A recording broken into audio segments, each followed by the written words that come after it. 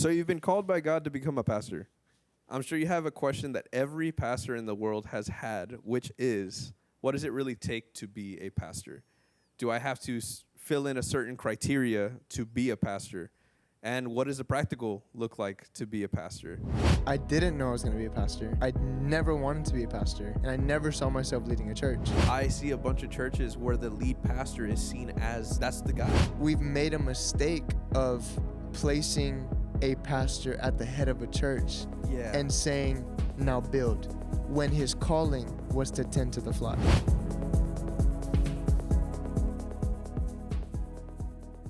Welcome to The Blueprint. I'm joined with Pastor Adam Renee. Who are you?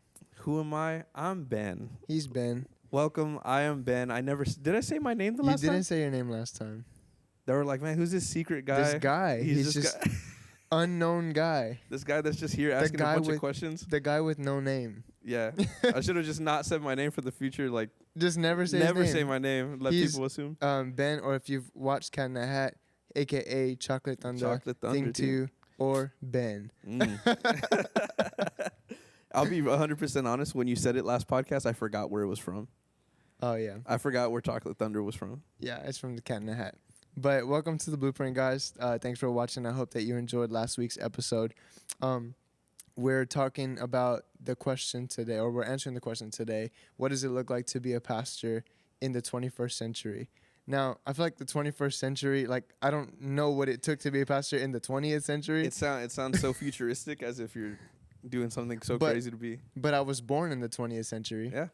I was a wee 3 years old when we entered the 21st century. Yeah.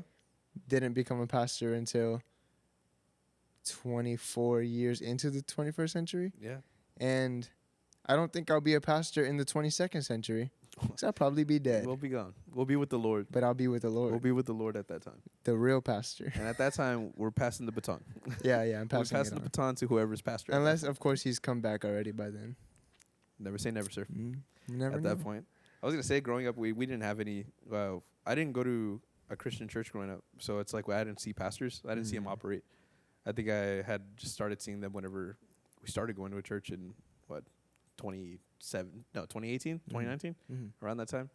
But with that being said, I mean, how did you know you were going to be a pastor? Bro, I didn't know I was going to be a pastor.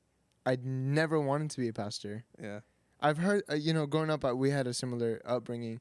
I heard the term, like the title, but I just knew that a pastor was somebody who has a church or is leading a church. Yeah. And so I associated a pastor with somebody who's leading a church. And I never saw myself leading a church. Yeah. So, of course, I never saw myself being a pastor. I associated it with preacher. Like pastor and preacher are like the same thing. They're like synonymous. Yeah. Like so you can be an evangelist who's a preacher, but you would have dubbed him as a pastor. Yeah, I would have dubbed him as like a pastor. Yeah, that's just I didn't have any language for offices or any type of spiritual giftings either. So like at the end of the day, like if you're on a stage, you're some type of pastor. Which honestly, most people probably don't. Also, if you're watching, you probably have the same like upbringing or same kind of beliefs of like people who preach, people who speak, people who lead.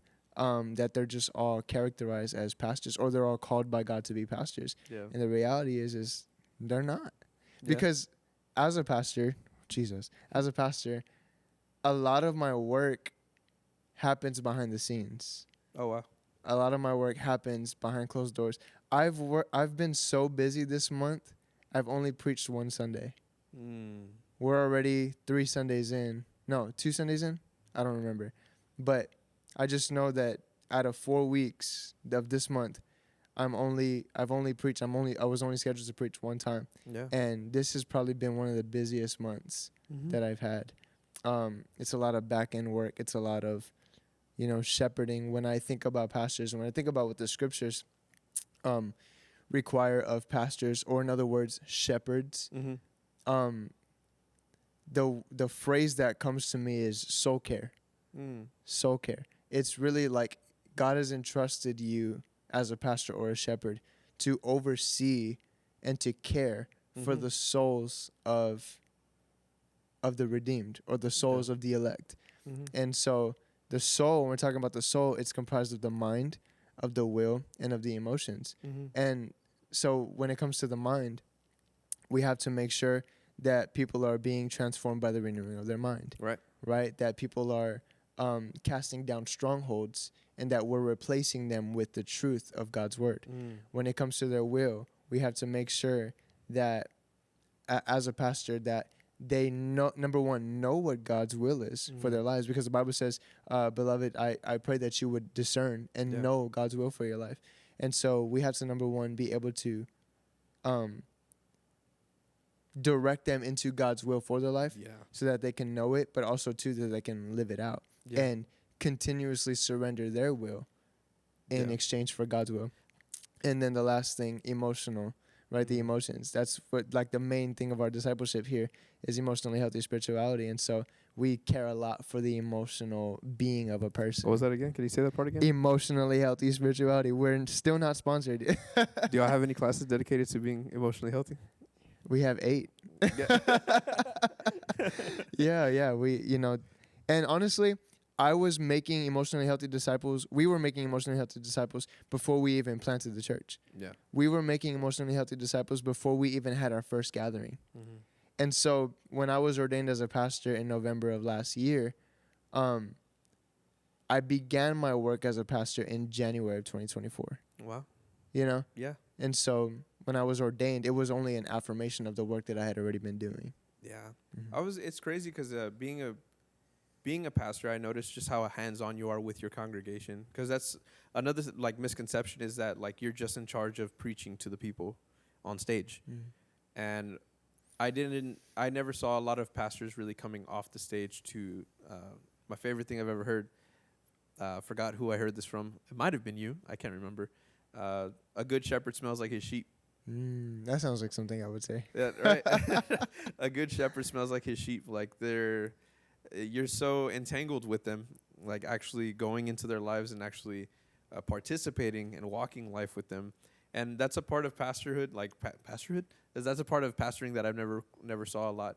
I did it at some other churches, but again, that's something I never thought for the pastoral role. Did you ever? Okay, so because we know each other. I know a lot about some stories that you've given me.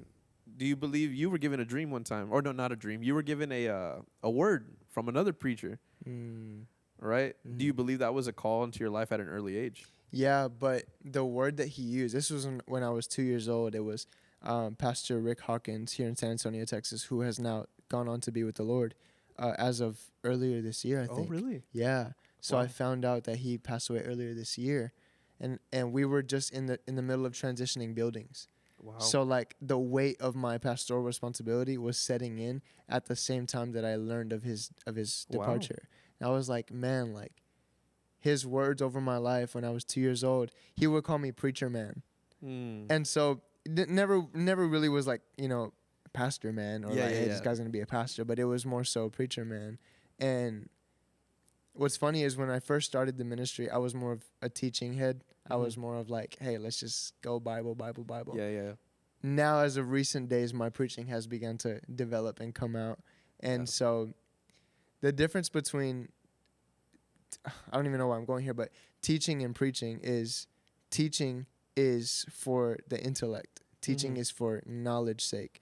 And preaching is for the soul's sake.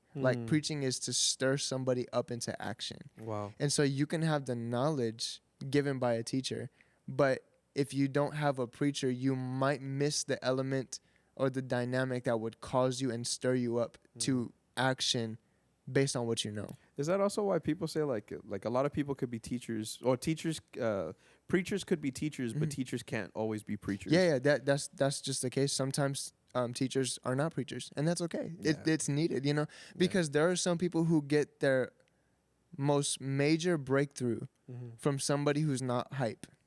Oh, true. Yeah. Sometimes all it takes is somebody who's just chill and they're not loud, they're not high and dynamic and all that stuff, and people are like, man, I've never seen this before. Why do I get it now? All of a sudden I get it now without all the hollering. Yeah, exactly. But then there are some people that really just need that push and that stir onto action. And you know, when you think about shepherds, they have staffs and they have rods. Yeah. So whenever the sheep were wandering off, or maybe they weren't going in the direction that they were supposed to go in, guess what? They're getting hit with something. Yeah. They're getting stirred. They're getting pushed back into alignment or back into action. Yeah. I think that sometimes is the hard words that come out of a preacher, or the stirring of a word Yeah. that comes out. The Bible says, is my word not like a hammer? Yeah. You know, like hammers are hard. No, true. I can't even think of a hammer hitting a sheep, but it's kind of violent. I don't want to think about that. That's violent. No, and with that, I mean, for people who have been called to the pastoral, I mean, what are your core what's your core position in the church? Like maybe someone saying, okay, well, I know that I'm being called to the pastoral, but you know, am I gonna be, I don't know, just how much am I gonna have to put in? Like, what am I really in charge of at this point? Yeah. So in the context of a fivefold ministry, which that's one of our unique marks here at Embassy Churches, we build fivefold leaders. We believe also in the office of elders and deacons. And so essentially elders, what elders are pretty much shepherds, just like pastors. And a real pastoral responsibility within the church is, somebody told me this one time, we marry them and we bury them. Like, we're there for like the major highs Yeah. and there for the major lows. Hey, do you have a desire to increase your Bible study life, or to even learn how to lead an effective Bible study in a group setting? No matter who you are, no matter where you are, no matter what you know, no matter how long you've been walking with Christ, what if I were to tell you that I have a free Bible study checklist? Down the link in the description. If you click it, all you got to do is put your name and your email, and it's in your inbox. It belongs to you for absolutely no cost. Listen, I've used this Bible study checklist to raise up teachers here at Embassy Church, and I believe that if you download this checklist, your study life will never be the same. Let's get back to the episode. Wow. Now, this is something that you cannot expect from somebody who may be a prophet or who may be an apostle, because that's just not in their DNA. Well, because I was gonna say also, like, they're more do a work, go. Yeah, Do a work, go. they're more training, equipping.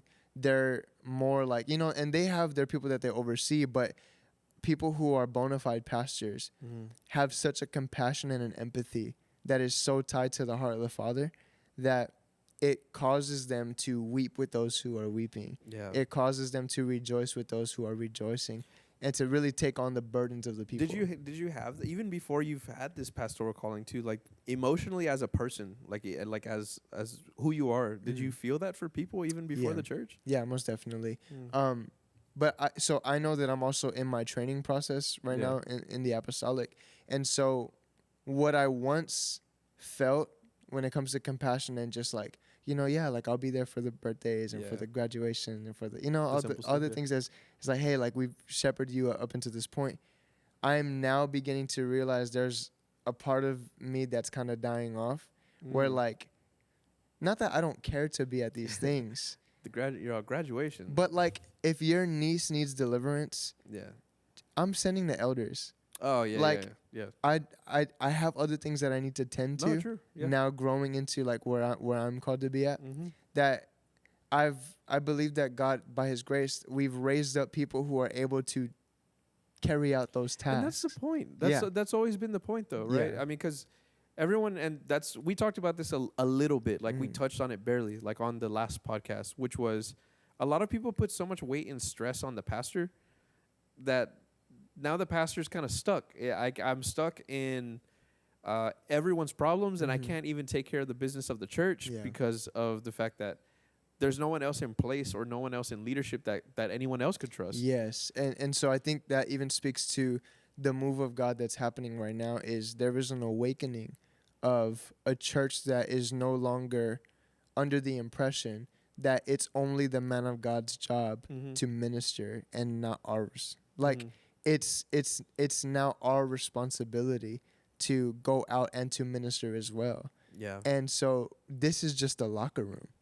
Like the person who's preaching is just a coach Yeah. to push everybody else into full-time ministry. It's reminding me of is it the Reformation? It's kind of giving me like a vibe of the Reformation, which was, why are we depending so heavily on this one man when we could read the scriptures for ourselves? Yeah, 100%. Like, that's kind of what it feels like. Yeah. And that's where, and obviously from that movement, a lot of people Mm-hmm. then started to have personal encounters with God. Yeah. It was no longer a thing of, hey, go to church to see God. Now it's, hey, God is in your heart. Yeah, I think the difference with the Reformation is that I think the Catholic Church had it written down that it was only the priest who could interpret the scriptures. Right.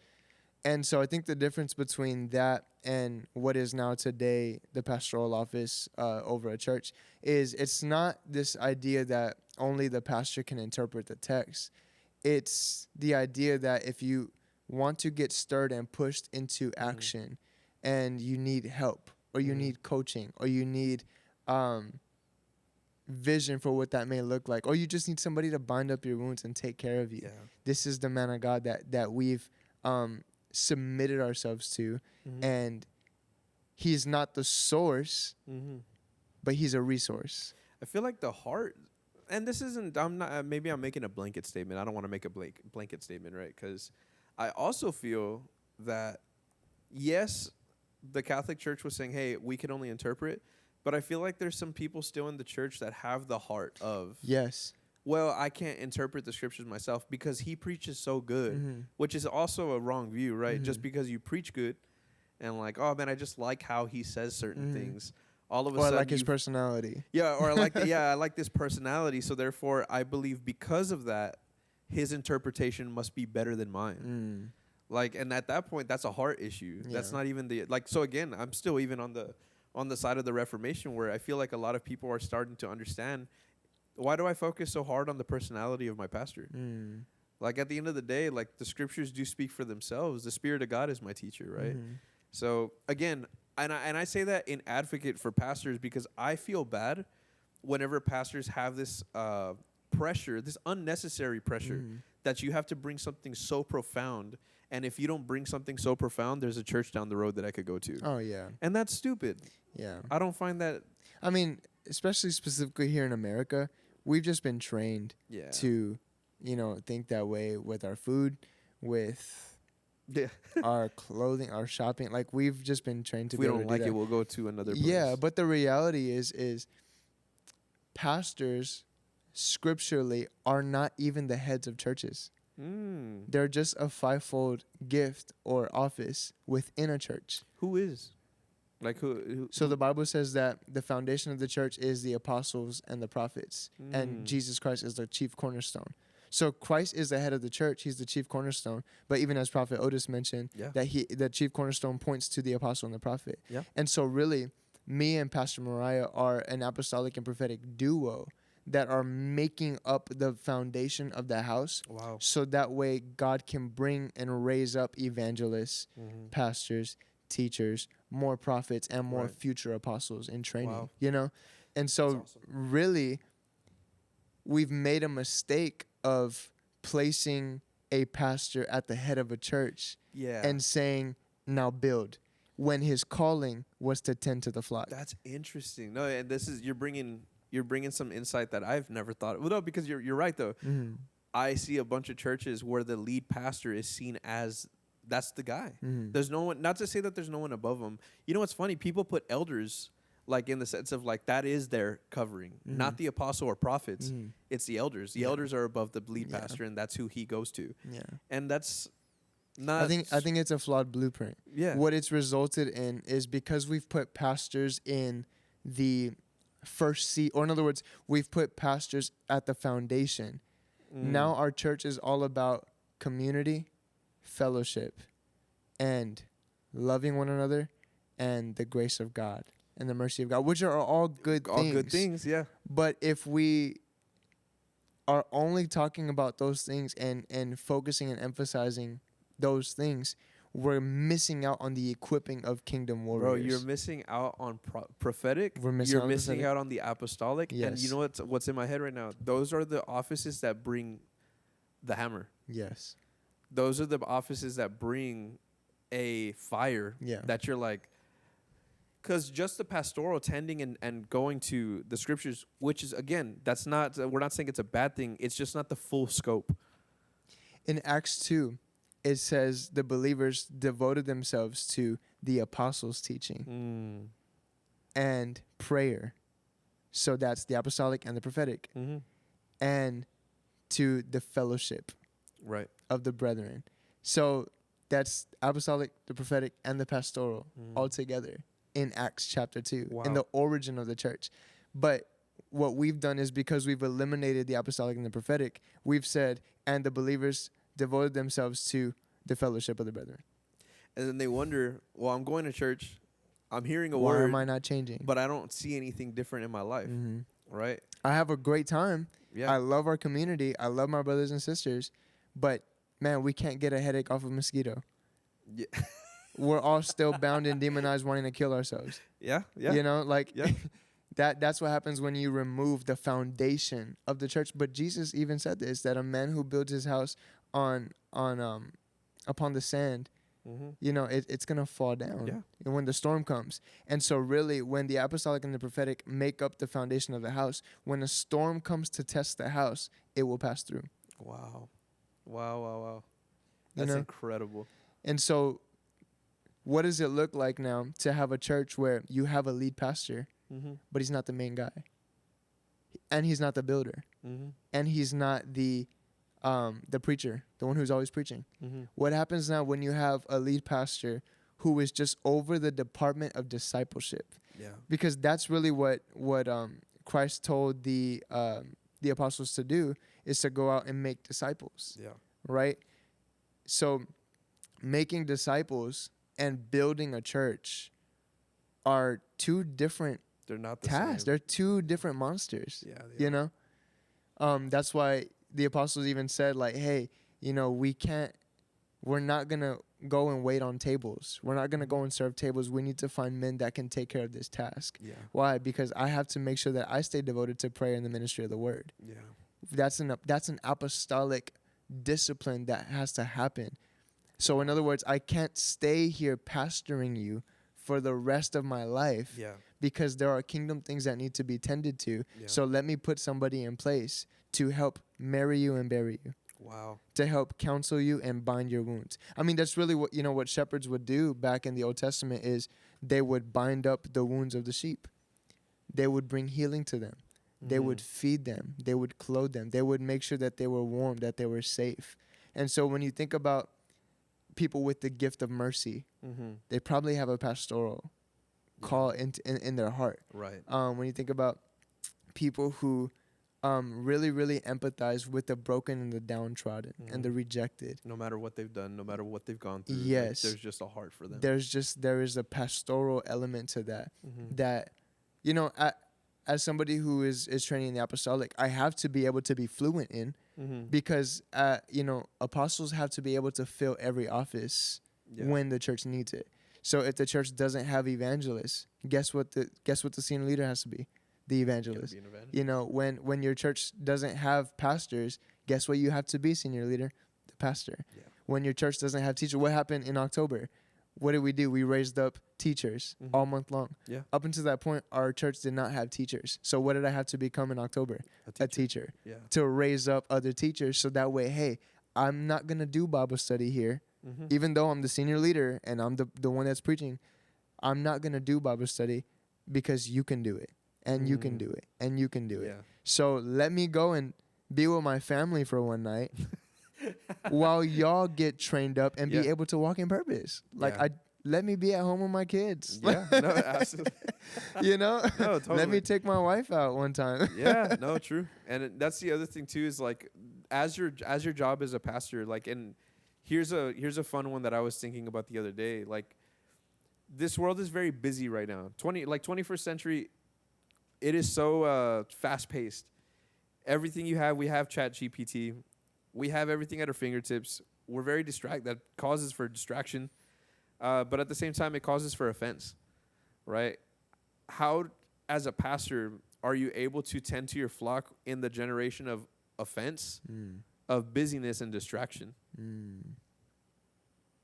I think emotional health has to come into play. It plays a big part. One of the things that we learned, because I feel like what you just asked right there was a layered question. It's a big one. No, and yeah, so the totally. first, let's talk about the busyness. Yeah. An emotionally healthy person or disciple knows his limits and knows when he needs rest. Mm. And he knows what he needs to do to get that rest. Yeah. In other words, recharge. For some people, it looks like just going and taking naps, laying in bed, watch a Yeah. movie. Some people, it's, hey, I want to go play basketball. I want to go work out. I want to go bike riding and play hiking. Battlefield 6. Go play Yeah, some. yeah, Go play whatever play it a is. video game or something. Yeah, whatever it is that makes you feel recharged, And so, as a pastor who has to deal with the 21st century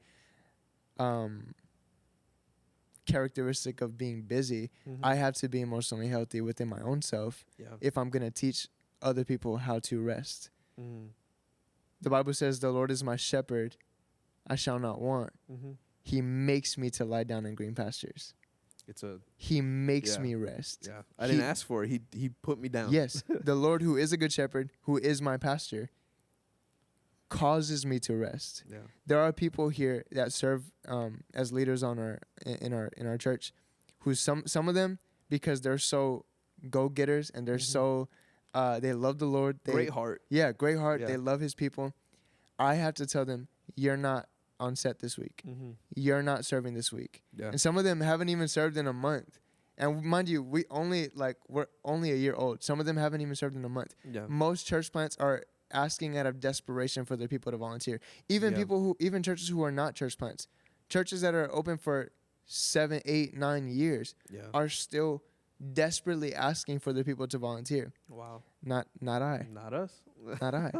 Because why? I'm not going to put you in a position where you hate me in 2 months Yeah. because you don't know when to rest. So Mhm. as your shepherd, as your pastor, Mhm. I'm making you to lie down in green pastures. Shout out parents who have children, dude. Yeah. Your parents and that baby crying, they don't want to go to bed, but hey, you need the rest. You're going to You're go to bed. You're gonna You love me will. tomorrow for it. I will make you go to bed. Yeah. If not, then you're going to keep me up all night. Yeah.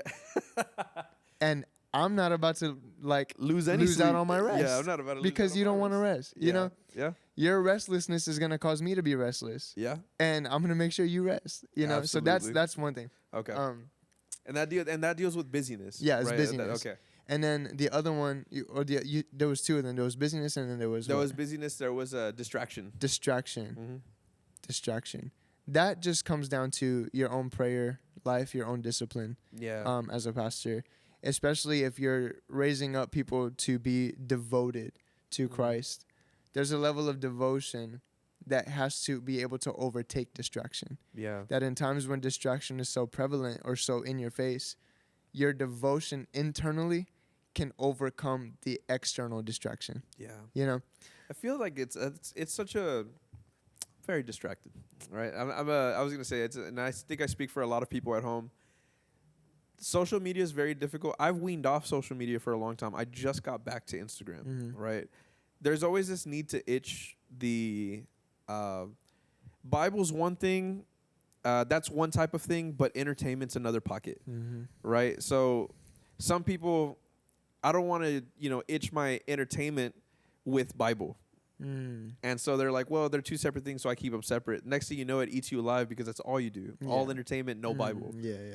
right? So at the end of the day, too, like I agree with that. It's a lot of self-control. Yeah.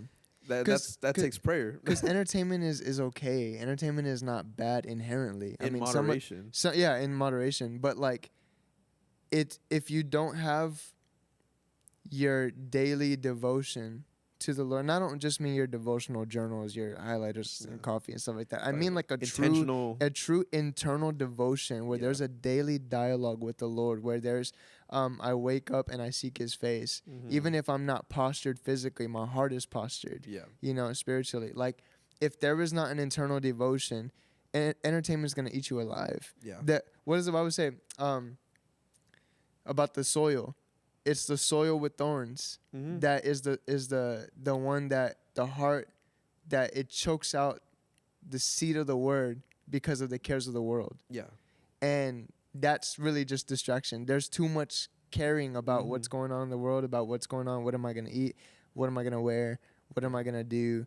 how am I gonna make it? All this stuff, all of that is there as opposition from the enemy to cause the seed of the word of God to not be planted. Yeah. You This know? ties into Prophet Otis's sermon the other day, which Mhm. was Peter stepping out of the boat, Mhm. right? The cares of the world is Peter looking away from Jesus, Mhm. right? And I love what he said, which was the thing that you're sinking in is the thing that you're supposed to have dominion over, Mhm.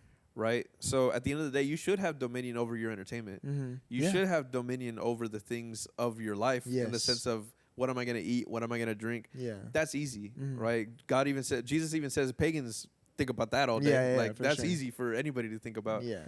But true dominion happens whenever we keep our eyes fixed on Jesus. Mhm. And now we don't even have to really worry about the things around, Yeah. right? So distraction is just one of those things. You have to fix your eyes on Jesus and keep it daily. Yeah, yeah. It's really the practice of the fruit of self-control. Mm-hmm. You know, being able to master your body, Yeah. being able to master your disciplines when you pray, knowing when you need to set the atmosphere externally, and knowing when you're carrying the atmosphere internally. You Mm. know, but just a daily devotion, a day by day. In EHS they call it the daily office. Yeah. Like, this is my job. This is the first thing that I have to, and not just because I'm a full-time pastor, but this is the full-time job of any believer, Yeah. is to make sure that your work is first unto the Lord, and then it's everything else. Yeah. You know, to minister to the Lord. That's the whole premise of why we're here, you know? I think this goes hand in hand also with fasting, right? Yes. You have to, fasting is so important for this type of topic because of the distraction being so much, so prevalent in us, our thought to cut off these things, it's such a difficult task. Mhm. Like do you remember Catholic retreats? You remember whenever we would have to give up our phones? Yeah. How devastating it felt? Yeah. Like, it felt so devastating to be like, dude, a weekend without my phone, that sucks. Mhm. And it was hard to tear that away from us. Now, how we felt after, in the sense of fully devoting ourselves to something. Yeah. We didn't even want our phones back. But yeah, some of us were like, dude, remember how we'd be so, dude, I'm deleting everything. Yeah, for real. Like, for real, we're so on fire Yeah. that we're just like, dude, I don't even want my phone. I'm gonna downgrade to a flip phone. For real though. But fasting is truly something that can help with your distractions, because then you learn that you don't need to depend on it. And Jesus went as far as not even depending on food, right? He went as far to not depend on anything but the word of the Father, right? And if that's able to sustain, then at the end of the day, all these distractions, it's all extra. Yeah. They're all cherries on top of the true cake, right? Yeah. So it's crazy, man. Is there anything that Yeah, you? yeah. So that's with distraction. And then the last thing that you said was offense. Yeah. This is I was excited to ask this part. it's a big one, you know, because this was something that I had to learn after stepping into the pastoral office. This was something that before, anytime I was offended, somebody was gonna hear it. Somebody was gonna know it. Somebody was gonna see it. Yeah. And also too, like, it was such a shock to me when I would get offended at certain things, because I didn't know how to handle my emotions. I didn't know what to do with this feeling.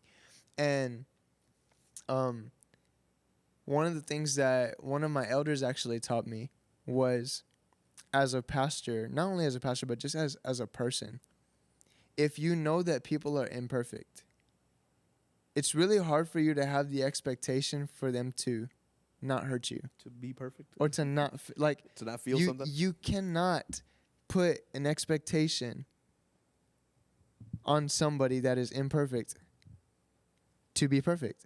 Yeah. They're going to fail you. They're going to hurt you. They're going to offend you. Yeah.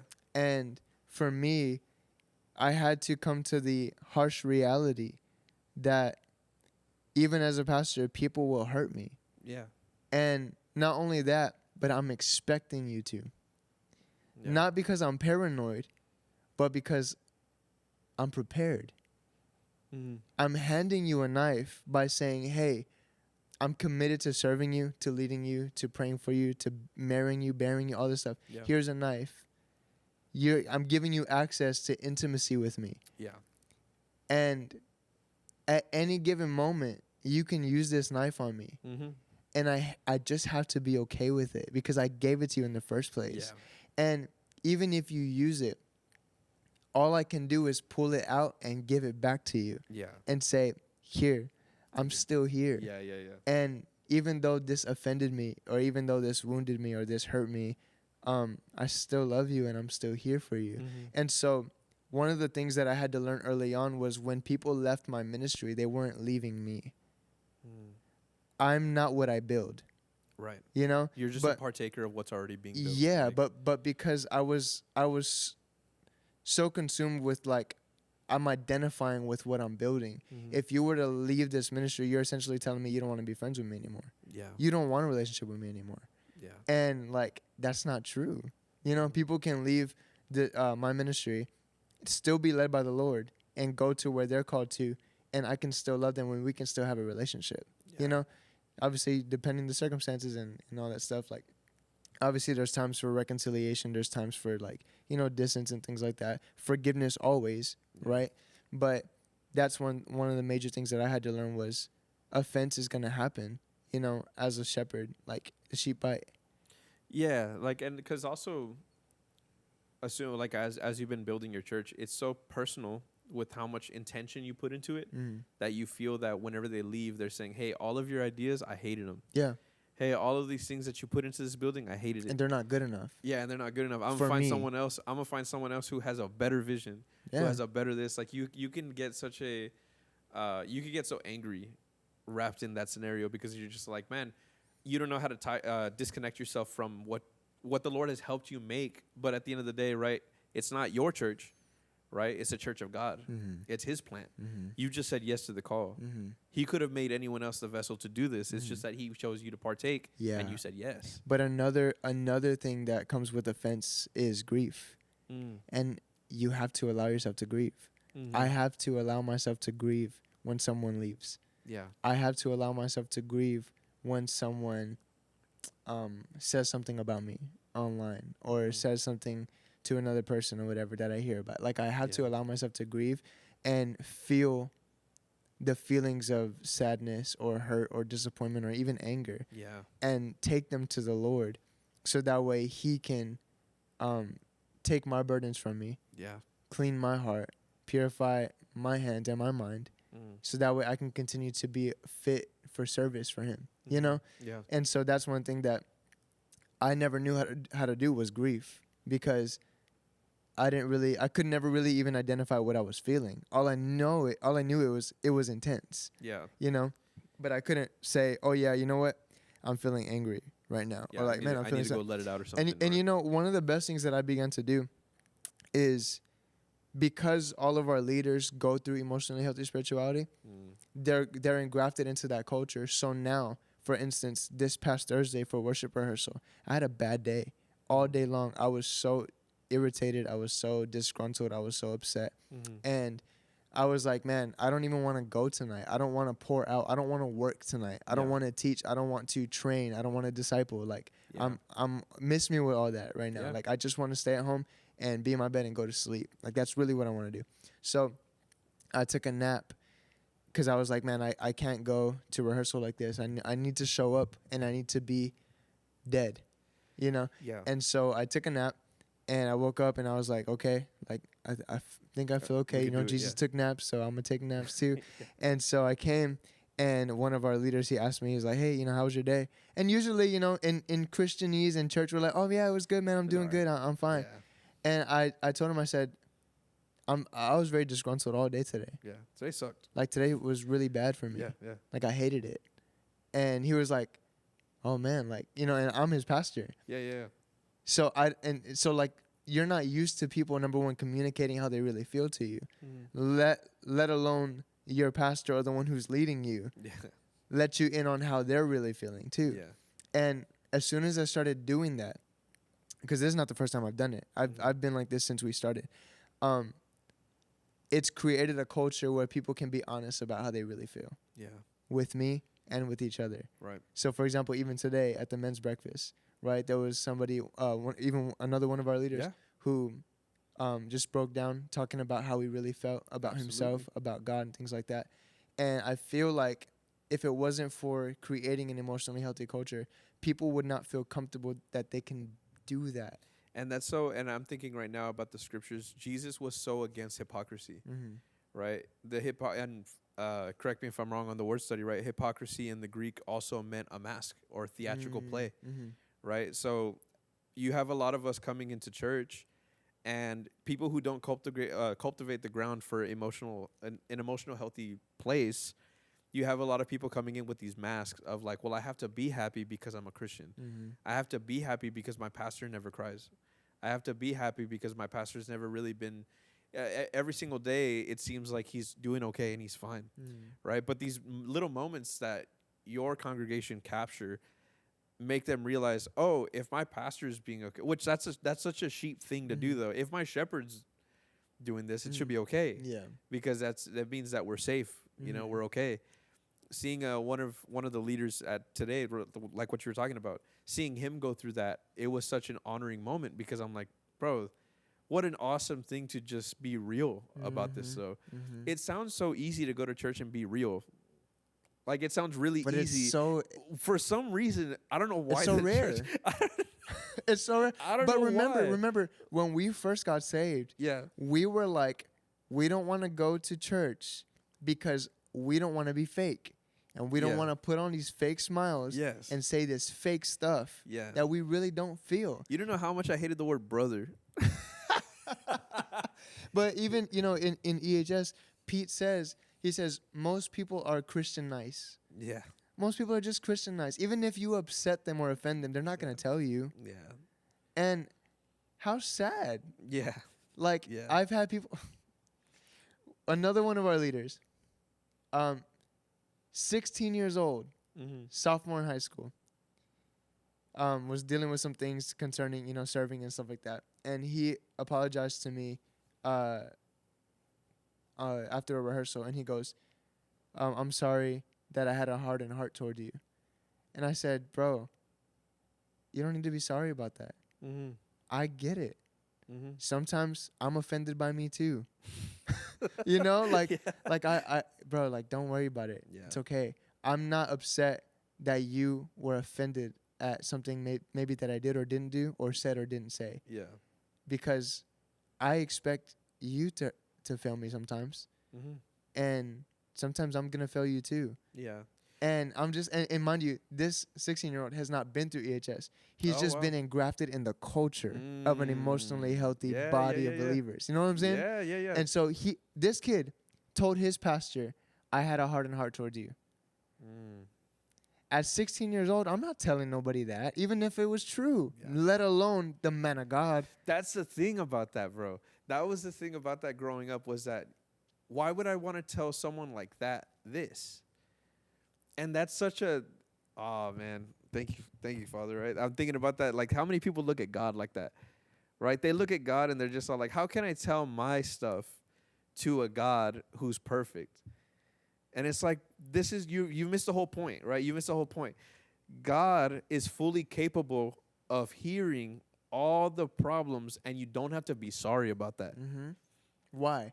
Because Hebrews says that he's a high priest who can empathize Mhm. with us because he's been tempted in every way as us. Yes, he has. So, mind you, yes, this is his stature as a high priest, but it's the character of a shepherd who can empathize with somebody. I understand the way that you feel because I once felt this way too. Mm-hmm. This leads perfectly, perfect segue into my next question being, where do you feel that the pastors have strayed away from the biblical view of a pastorhood? Because I say that it's a good segue because I see, based on my perspective, right, there hasn't been enough vulnerability in pastors for the congregation to feel like, oh man, I could go to that guy if I ever need anything. Like, that's what I'm seeing, right? Yeah. But I want to hear your take. I mean, is there, not only on that subject, but is there anything else that you've seen that maybe people are straying away from? There's a major principle that I teach to elders, Mm-hmm.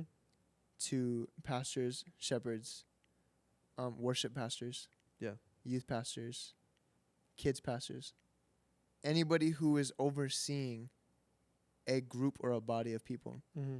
And it's one simple verse where Jesus says, "My sheep know my voice, and when they hear it, they follow, Mm. and the voice of the stranger they will not listen to.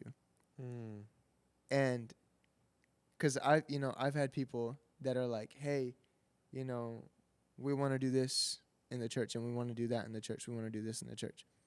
And I said, okay, I think that would be great, but do these people know your name? Yeah. Do these people know where you come from? Mm-hmm. Like, do they know your testimony? Yeah. Do they know what you're about? Do they know what you like? Know your What you- favorite color, bro? what you don't like? Yeah. Do they know do they the little do they things? know you? Yeah. Because the voice of the stranger they will not listen to. Mm-hmm. So another reason why I teach worship pastors this or worship leaders this is because when you're leading worship, really, and this is free game, by the way, I'm not charging for this. When you're leading worship, all you're doing is you're transitioning sheep from one place to another. Mm. You're transitioning sheep or people from the realm of the flesh and navigating them through the soul and taking them into the place of the spirit, Wow. where God is more real than ever. Yeah. That's where he resides. And so in order to transition a people, your people have to be willing to follow you. Mm-hmm. And in order for people to be willing to follow you, they have to know you. Yeah. You cannot be a stranger. That's why if somebody new comes in onto the team, I don't have them jump into worship leadership right away, even if they've had years of experience of it. Yeah. Why? They haven't even seen you up there backing. Mm-hmm. They haven't even seen you up here playing an instrument. Yeah. Like, this is the first time that they're seeing you on a platform. Yeah. And we're going to ask you to lead them to a place? Mm-mm. No. They ain't gonna hear. They're not going to follow. Yeah. They don't know you. You're a stranger to them. Mm-hmm. And speaking specifically more when it comes to elders and pastors and things like that, is you have to be able to let people in on who you really are and where you're really at with God. Yeah. Vince, they're knocking for the keys. You have to be willing to let them know who you really are Yeah. and flaws in everything, pain points in everything. Yeah. Now, does this mean like, hey, you gotta just tell them all your business all the time? No, as things come up, Yeah. but that's one thing that I've seen people become less willing to do is be vulnerable. And actually, this is crazy because I had a leader message me from another city, and he told me a dream that he had, and I prayed and I interpreted it, and I told him, I said, you can let me know if this makes sense, but I feel like the Lord is saying to you that there's a level of vulnerability that you used to lead with Mm-hmm. that you no longer lead with because somebody took advantage of it in the past Oh wow. and they used it against you Yeah. and they hurt you. Mm-hmm. And so now you don't lead out of that vulnerability. You lead kind of with the mask on. Yeah. And because of that, the people that you're overseeing are not going to grow to the point where God wants them to grow Wow. because there's not a vulnerability. Mm-hmm. I love the thing that Prophet Otis shares when he said, doubting Thomas. When Thomas was doubting, he showed him his scars. Mm-hmm. He showed him, like, Yeah. this is where I was wounded. This is where they pierced me. This That's is the where they struck vulnerability. me. Yeah, this is a piece of my body that I'm unveiling to you so that what? You can believe and follow me. Yeah. Shoot, man, that's amazing. That's amazing. Huh?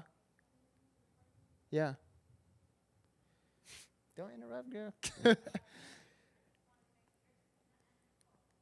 From here, I would say for the next generation of pastors, right? If we're looking at, sorry.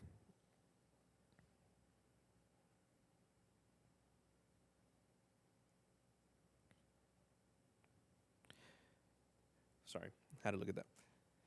What does leadership look like for the next generation of pastors? Like so right now we're already seeing a shift because going back to what we said in the beginning, like we already see a shift being like, hey, instead of putting so much weight onto the pastor for all of our like being fed and understanding and seeing revelations of God, what do you see the next generation of pastors being, or what do you see them like? What's their move in the church from that point?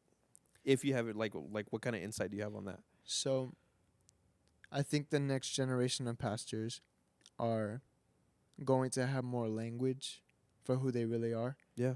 and they're going to no longer allow themselves to be put in the box of what people think pastors should be, but they're going to remain faithful to what the text says Yeah. pastors are or shepherds are. Yeah. And I think, truth be told, there's a lot of people who are called to a pastoral office that we will never see on pulpits, but you'll find them in the hospital rooms. Yeah. You'll find them at the cemeteries, at the graves. You'll find them, outside the walls, essentially. yeah, like- you'll find them in the homes. Yeah. You'll find them leading small groups in homes. You'll Mm. find them doing the things that Christ did, and nobody seen it or knows about it. And they're going to relieve themselves from this false pressure to have to be the man of God, the Yeah. woman of God, you know? Sounds like a lot of relief, but Yeah. it sounds like a lot of relief, but I could also see that coming with a lot of responsibility, because now it means, oh, I don't have to just focus on my church now. Yeah. Now I have to focus on their homes further. Yeah. Like it's a Well- further call. Well, yeah, because, you know, the pastor's mantle is not built to, it's not designed to build the church Yeah. like that. Yeah. Like it's a resource, or it's a gift and an office within the fivefold ministry to equip, you know, the body to mature them and all that stuff. But like I said, like the pastor's mantle or the office is not designed to oversee a large operation, Yeah. a whole church. That's something that's within the apostolic and prophetic Wow. mantle. Yeah. That's why Peter, when he preached, he won 3,000 people to Christ, because the apostolic and prophetic mantle is designed to take on large operations. Large multitudes. Yeah, but when we're talking about a more holistic approach to the kingdom of God, you have to make room for macro and micro. Yeah. Macro being, this is where we all congregate, and this is where we all enter into a level of corporate worship. This is where we come to see, you know, miracles, demonstrations, and signs. We come to hear the word of the Lord. We come to get equipped and empowered and sent out. And Yeah. then you have the micro, You have the micro, which is I'm focusing on our relationships with one another in our homes. We're working on the ability to connect and to fellowship with each other. And maybe we don't have to like each other like that, but we love each other Yeah. because Christ loved us, you know? Wow. Excuse me, I'm like burping so much. And so you have to allow space for the macro and the micro, and the pastor's mantle cannot take care of both. Yeah. It's just not. There would be no reason for Christ to divide himself up into 5 offices and then put it all in on one office. to take care of macro and micro. Wow, dude. You know, Yeah. David said this because David was a shepherd. He said, "I don't concern myself with things that are greater than me. Like I don't concern with matters that are much greater than me." Wow. I concern myself with things that I can Yeah, take care meaning of here. what's under my jurisdiction. Wow. And pastors, nowhere in the Bible is any pastor given jurisdiction over an entire church. Wow. Never, That's incredible. unless you can find it. I mean, Well, if you could find it, you could leave it somewhere in our comments somewhere, because Yeah, I mean, I don't think you'll find it. it but probably won't be there. yeah, But but the word pastor is really only used maybe once or twice yeah, in the New Testament. yeah. But we have everyone's a pastor. here. But everyone's a pastor. Yeah. It's weird, man. That's why I'm like, and coming to a wrap here also, because I know I'm not sure on time where we are, but when it comes down to the pastoral, for those looking to come up, and for those who are already in office, is there something that you could say to both that can really wake up the pastoral, like wake up the pastorals new and who have already been in pastoral?